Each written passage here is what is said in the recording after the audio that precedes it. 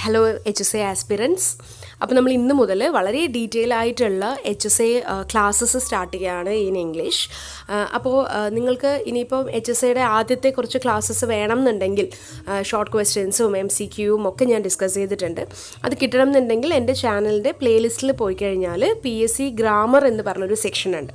അപ്പോൾ ആ ഒരു സെക്ഷനിൽ നിങ്ങൾക്ക് എച്ച് എസ് എയുടെ ബാക്കി റിലേറ്റഡ് ആയിട്ടുള്ള വീഡിയോസ് കാണാൻ പറ്റും. You have to watch that. അപ്പോൾ ഇന്നത്തെ ഈ ഒരു വീഡിയോയിൽ നമ്മൾ ഡിസ്കസ് ചെയ്യാൻ പോകുന്നത് എമിലി ഡിക്കിൻസൻ്റെ വളരെ ഫേമസ് ആയിട്ടുള്ള poem because I could not stop for death എന്ന് പറഞ്ഞ പോയമാണ് നമ്മൾ ഈ ഒരു സെഷനിൽ ഡിസ്കസ് ചെയ്യാൻ പോകുന്നത്.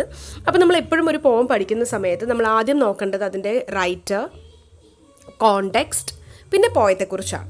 അപ്പോൾ ആ രീതിയിൽ തന്നെയാണ് നമ്മൾ പോകുന്നത്. പിന്നെ എച്ച് എസ് എയെ സംബന്ധിച്ചിടത്തോളം നമ്മൾ റൈറ്റേഴ്സിൻ്റെ ലൈഫ് അധികം കൂടുതൽ നമ്മൾ പഠിക്കേണ്ട ആവശ്യം വരുന്നില്ല. പക്ഷേ അവർക്ക് എന്തെങ്കിലും അവാർഡോ അല്ലെങ്കിൽ എന്തെങ്കിലും അവരുടെ ലൈഫിൽ എന്തെങ്കിലും ഒരു കാര്യങ്ങൾ നടന്നിട്ടുണ്ട്, അത് കുറച്ച് ഇമ്പോർട്ടൻ്റ് ആയിട്ടുള്ളതാണ് എന്നുണ്ടെങ്കിൽ മാത്രമേ നിങ്ങളത് ഫോക്കസ് ചെയ്യേണ്ട ആവശ്യമുള്ളൂ.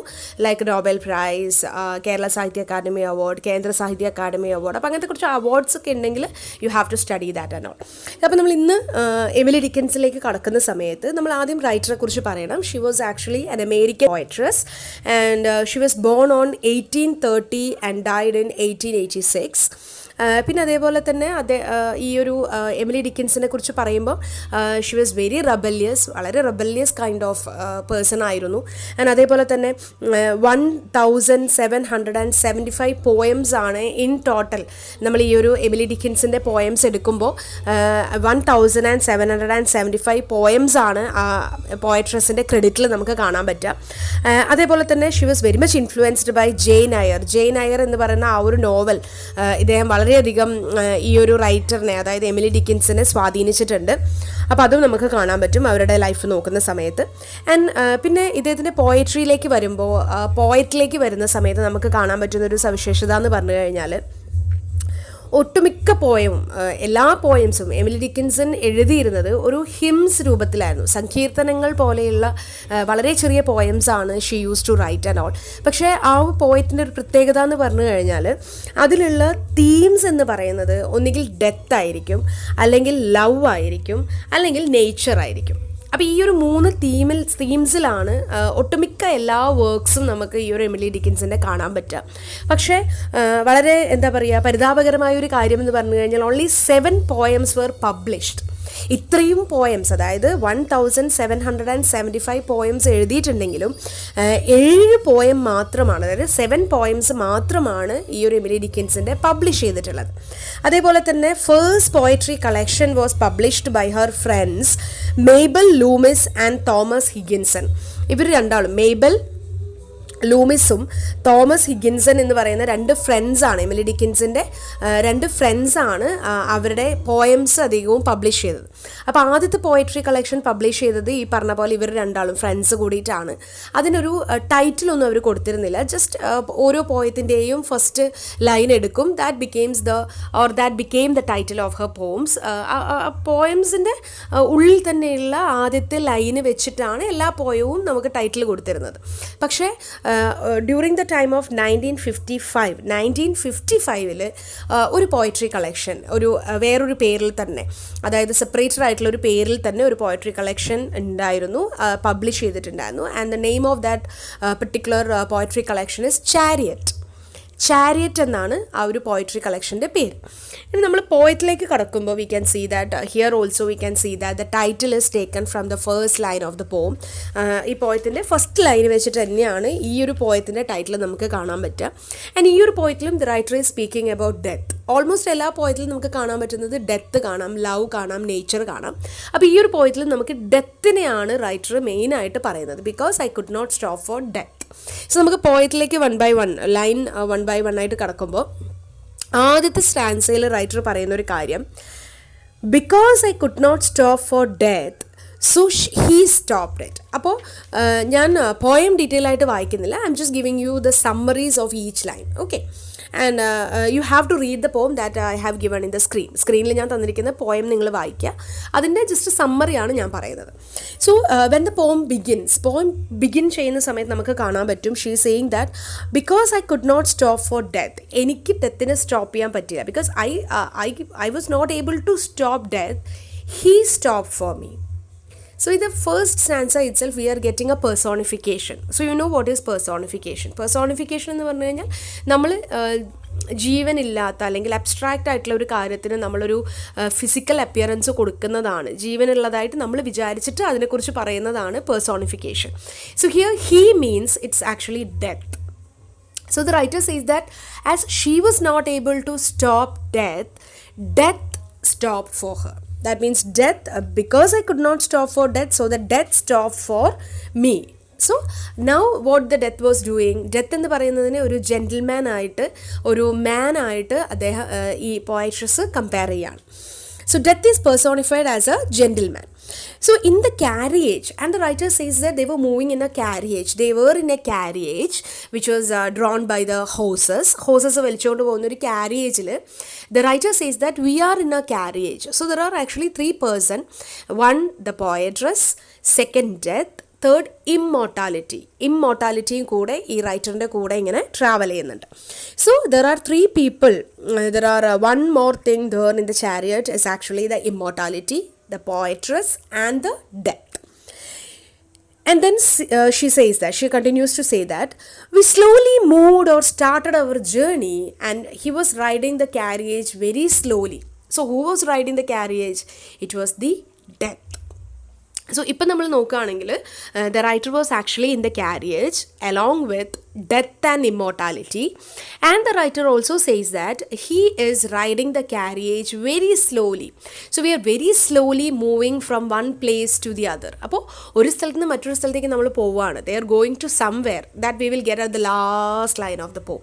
ലാസ്റ്റ് സ്റ്റാൻസയിൽ നമുക്ക് മനസ്സിലാവും എങ്ങോട്ടേക്കുള്ള ഒരു യാത്രയാണ്, എങ്ങോട്ടേക്കുള്ള ജേണിയാണ് the writer is actually talking about. അപ്പോൾ റൈറ്റർ എന്ത് ചെയ്യാണ്, ആ ഒരു ജേണി സ്റ്റാർട്ട് ചെയ്യാണ് വിത്ത് ഇമ്മോർട്ടാലിറ്റി ആൻഡ് ഡെത്ത്. അങ്ങനെ അവർ എങ്ങോട്ടേക്ക് പോയിക്കൊണ്ടിരിക്കുകയാണ്. They were moving towards something. And then the writer says about that journey that it is very slow journey. വളരെ സ്ലോ ആയിട്ടാണ് ആ ഒരു ചാരിയറ്റ് ഡെത്ത് വലിച്ചുകൊണ്ട് പോകുന്നത്.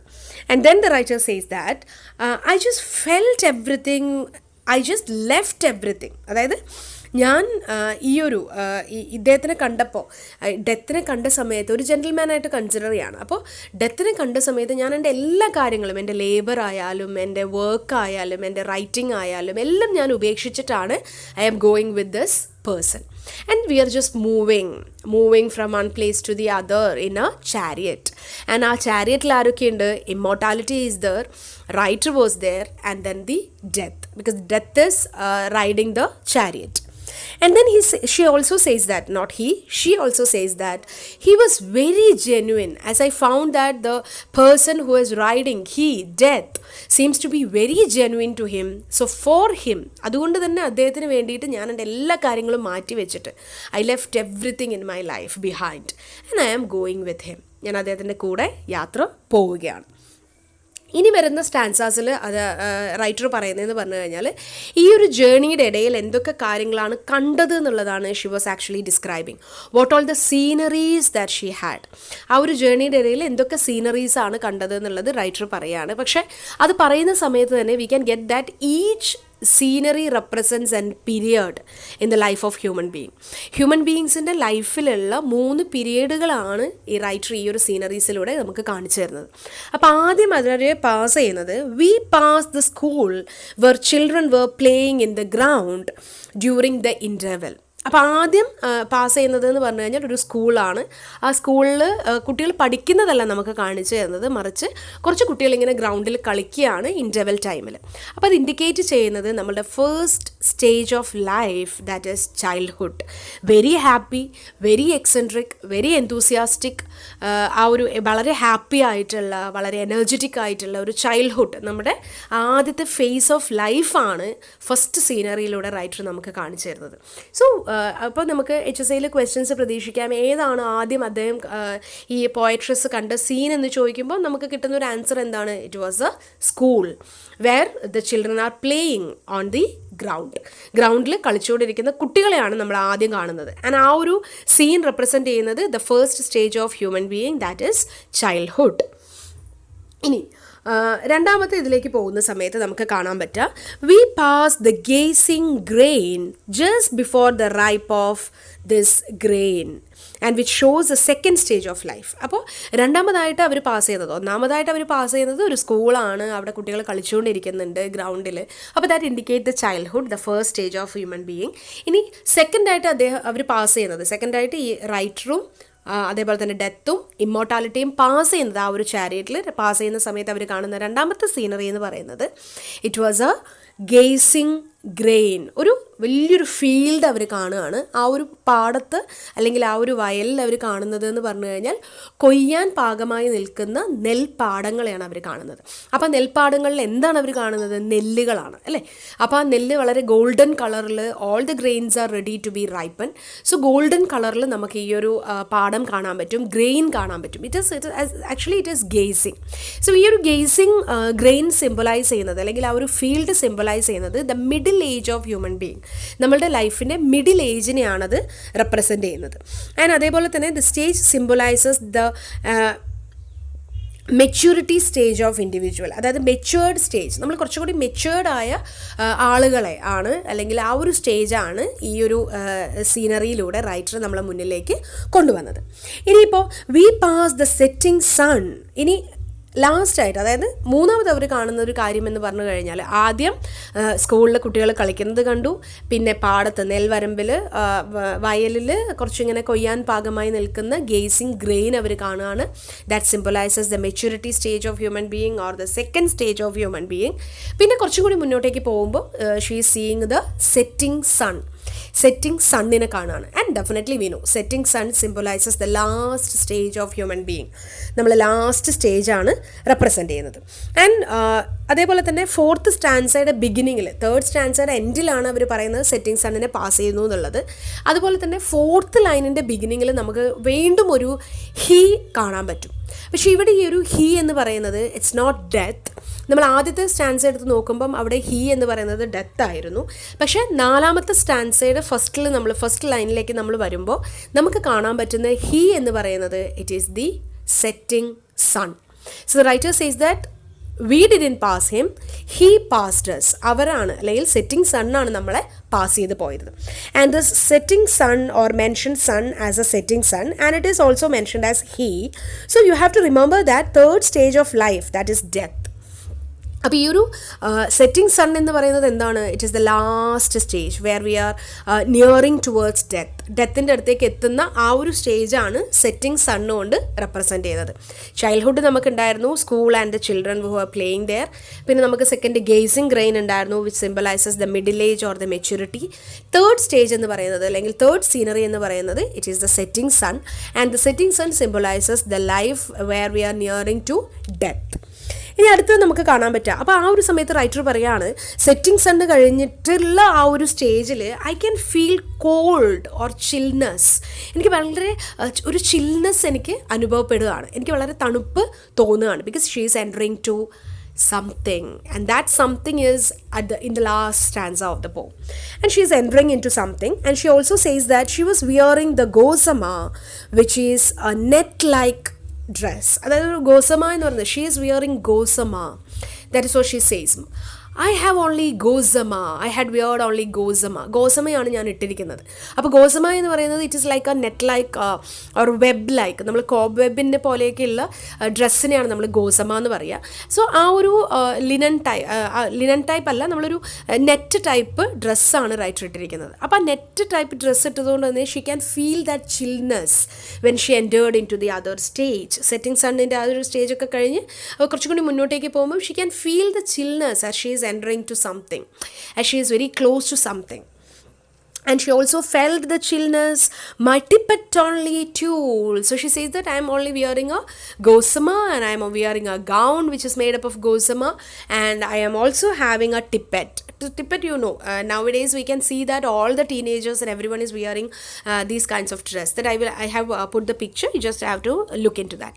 അപ്പോൾ ഒരു ഇങ്ങനെയുള്ള ടിപ്പറ്റാണ്, ടിപ്പറ്റ് ഓൺലി ട്യൂളോടുള്ള ടിപ്പറ്റാണ്, എംബ്രോയിഡറിഡ് ആയിട്ടുള്ള നെറ്റ് വർക്ക് ചെയ്തിട്ടുള്ള ഒരു ഗൗണും, അതേപോലെ തന്നെ അതിന് മുന്നിൽ ഇങ്ങനെ ടിപ്പറ്റൊക്കെ തൂക്കിയിട്ടിട്ട് കാണാൻ പറ്റും. So I can feel the chillness. And then the writer is seeing something. അതിനുശേഷം ഏറ്റവും last they reached somewhere, and she says that it is a house. Where they reached, They reached before a house, and they can see the ground is raised as if there is a swelling on the ground. So, the swelling of the ground. So, when they entered, when they were nearing to that house, they can feel, they can see a kind of swelling on the ground before that house, on the roof. So, itself indicates what?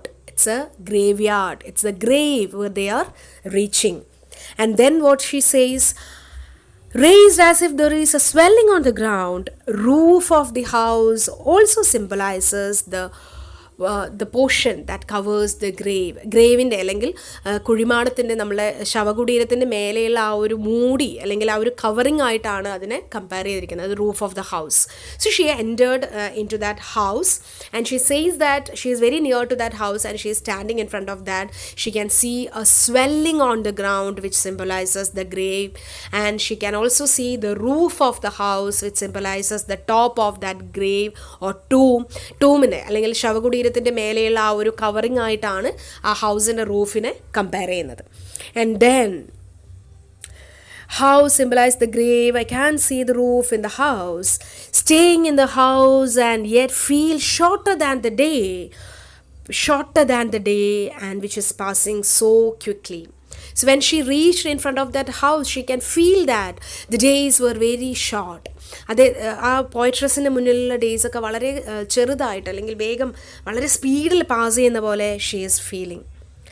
I first guessed the horse's head were towards eternity and now I can feel. ഈ ഒരു കുതിരവണ്ടിയിൽ അല്ലെങ്കിൽ ഈ ഒരു ചാരിയറ്റിൽ പോകുന്ന സമയത്ത് എനിക്ക് feel ചെയ്യാൻ പറ്റിയിട്ടുണ്ടായിരുന്നു horse എന്തിനെയോ ഇങ്ങനെ നോക്കുന്ന പോലെ.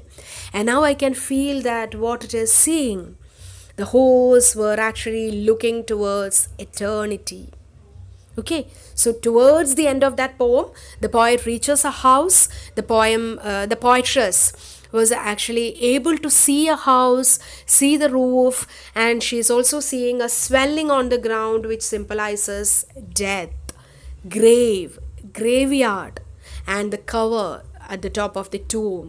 So now where she was at the grave, and she actually described the journey where her dead body was taken. After her death, her dead body was taken to the graveyard, and that journey we can see throughout this poem, where the writer is speaking about a chariot, and on that chariot she is accompanied with immortality, death, and the poetress, and she is accompanying actually the death and immortality. So that is what the poem. Towards the end of that poem, she started the journey in a chariot, and she actually passes through 3 sceneries which symbolizes the different stages in human life. First, childhood, mature stage or middle age, then the last stage of human being, and then at last the writer reached to the grave or her tomb. So that was the poem tells about.